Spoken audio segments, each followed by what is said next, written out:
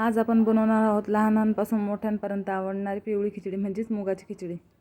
त्यासाठी मी इथे इंद्रायणी तांदूळ घेतले। इंद्रायणी तांदूळाची खूप छान खिचडी होते। त्यामध्ये मुगाची डाळ टाकून घेतले। तांदूळ व्यवस्थित स्वच्छ धुवून घ्यायचे। 2-3 पाण्याने व्यवस्थित डाळ तांदूळ स्वच्छ धुवून घ्यायचे। झाल्यानंतर एका कढईत किंवा पातेल्यात तेल तापत ठेवायचे। तेल तापल्यानंतर त्यात जिरे मोहरी टाकून घ्यायची।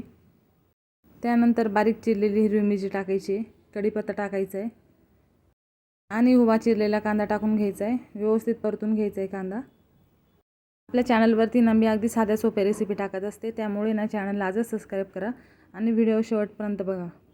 कांदा व्यवस्थित परतून घ्यायचा आहे। व्यवस्थित परतल्यानंतर त्यात आलं लसूण पेस्ट टाकायची। आलं लसूण पेस्ट व्यवस्थित परतून घ्यायची। व्यवस्थित परतून झालेला आहे।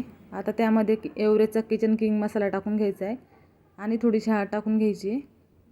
एकदा एव्हरेजचा किचन किंग मसाला वापरून बघा, एकदम मस्त खिचडी होते। मसाला टाकून झालेला आहे आपला। आता व्यवस्थित परतून घ्यायचं आहे। त्यानंतर आता इथे मी बटाटा चिरून टाकलेला होता एक।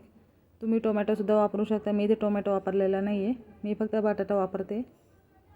बटाटा व्यवस्थित परतून घेऊ। बटाटे व्यवस्थित परतल्यानंतर धुतलेले तांदूळ डाळ टाकून घेऊ।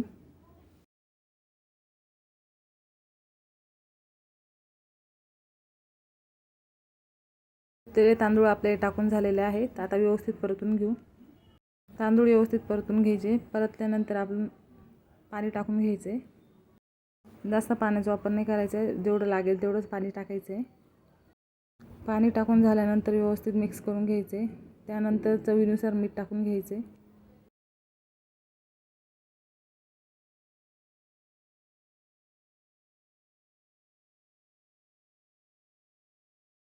चवीनुसार मीठ टाकून झाल्यानंतर कोथिंबीर टाकायची आणि तुमच्याकडे कसुरी मेथी असेल तर कसुरी मेथी टाका। कसुरी मेथीने खूप छान टेस्ट येते भाताला।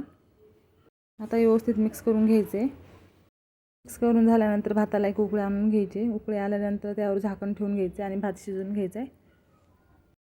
खरंच सांगते, हे एव्हरेजच्या किचन किंग मसाल्याने भाताला खूप छान टेस्ट येते। तुम्ही नक्की वापरून बघा। मिनिटाने झाकण काढून घेतले। भात आपला व्यवस्थित शिजलेला आहे। तुम्ही बघू शकता किती छान भात झालेला आहे। तयार आहे आपली गरमागरम मुगाची खिचडी, पिवळी खिचडी। कशी वाटली रेसिपी कमेंटमध्ये नक्की सांगा आणि व्हिडिओला लाईक शेअर कमेंट सबस्क्राइब नक्की करा।